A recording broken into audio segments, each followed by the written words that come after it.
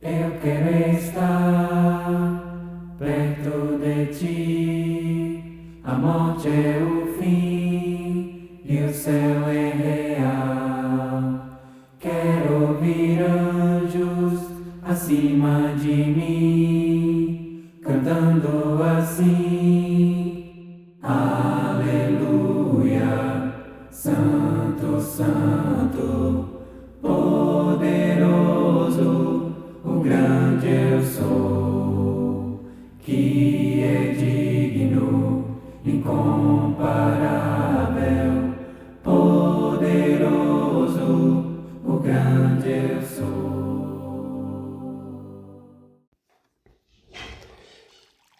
Olá, irmãos e amigos, estamos juntos mais uma vez para o nosso café com Deus. Meu nome é Edivaldo José e hoje gostaria de compartilhar mais uma meditação baseada na carta de Paulo aos Filipenses, capítulo 3, verso 20. Assim diz a palavra do Senhor. A nossa cidadania, porém, está nos céus, de onde esperamos ansiosamente o Salvador, o Senhor Jesus Cristo. A nossa cidadania, porém, está nos céus, ou a nossa pátria está nos céus. Paulo disse essas palavras logo depois de incentivar os irmãos com o seu exemplo e advertir os irmãos a evitarem o mau exemplo dos inimigos da cruz de Cristo.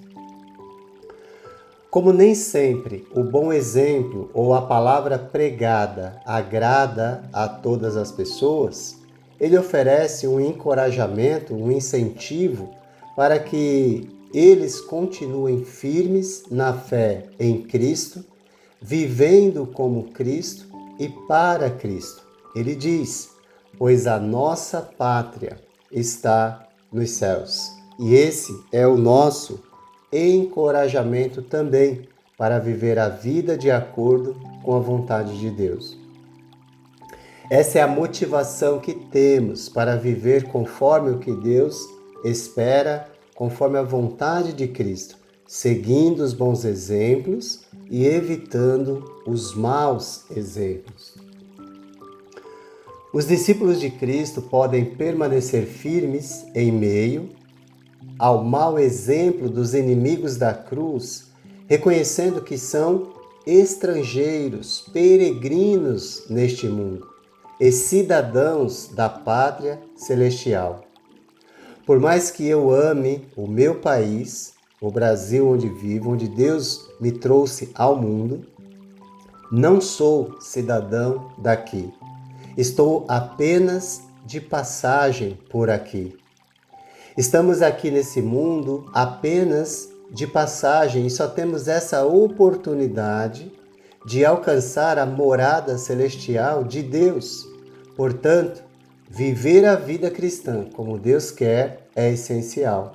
Se nosso alvo é o céu, a eternidade, onde Deus habita, onde Deus está. Pedro, em sua primeira carta, no capítulo 1, verso 17, esclarece que, ora, se invocais como Pai aquele que, sem acepção de pessoas, julga segundo as obras de cada um, portai-vos com temor durante o tempo da vossa peregrinação. Ou seja, se chamamos Deus de Pai, precisamos nos comportar como filhos obedientes ou com temor a Ele. Não existe essa possibilidade de chamar Deus de Pai e fazer o que quer. Esta é a segunda vez que Paulo ele referiu-se à verdadeira cidadania do cristão para incentivar o bom comportamento diante de Deus e dos homens. Em Filipenses 1:27, ele já disse: acima de tudo, vivam de modo digno do Evangelho de Cristo. O que é viver de modo digno, senão viver conforme o padrão estabelecido por Deus e não pelo nosso padrão, vontade ou desejo, mas o padrão é o Evangelho de Cristo, Paulo diz. Filipos era uma colônia romana e os cristãos que receberam esta carta eram filipenses e gozavam da cidadania romana, eram cidadãos romanos. Mas, sobretudo, Paulo vai dizer, eram cidadãos do reino de Deus. E no final de tudo, era isso que importava. Vejo que muitas pessoas hoje se esforçando para ter cidadania de outro país, que julgam melhor do que o país em que vive, mas vejo poucas pessoas se esforçando para serem verdadeiros cidadãos do reino de Deus, vivendo conforme as regras do reino de Cristo. Para ser um verdadeiro cidadão do reino de Deus, é necessário comportar-se como tal.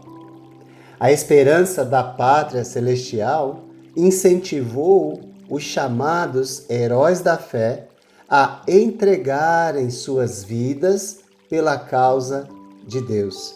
Diz a palavra de Deus que pela fé, Abraão, quando chamado, obedeceu, a fim de ir para um lugar que devia receber como herança, e partiu sem saber para onde ia. Pela fé, peregrinou na terra da promessa como em terra alheia, habitando em tendas e com Isaque e Jacó, herdeiros com ele da mesma promessa. Porque Abraão, diz o autor da carta aos Hebreus, aguardava a cidade que tem fundamentos, da qual Deus é o arquiteto e construtor. Hebreus 11, de 8 a 10. Quem é o arquiteto daquilo que você está construindo nessa terra? Qual a sua esperança? Onde você está construindo sua vida? Jesus, antes de ir embora daqui, disse aos discípulos: vou preparar um lugar para vocês. Em João 14, de 1 a 3, você pode ler. E nossa esperança, e nessa esperança, nós somos fortalecidos. Nós vencemos a tentação e os inimigos da cruz de Cristo.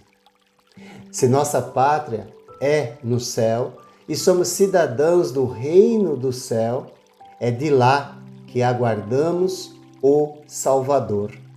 É o que Paulo disse na carta aos Filipenses, de onde também aguardamos o Salvador, o Senhor Jesus Cristo. Por isso, nossos olhos devem estar focados, fixados no céu, na nossa esperança em Cristo Jesus, que nos aguarda.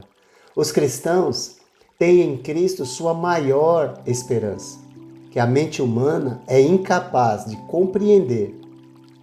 Mas pela fé, cremos e nos firmamos em Cristo, procurando sempre dar um bom testemunho aos inimigos da cruz.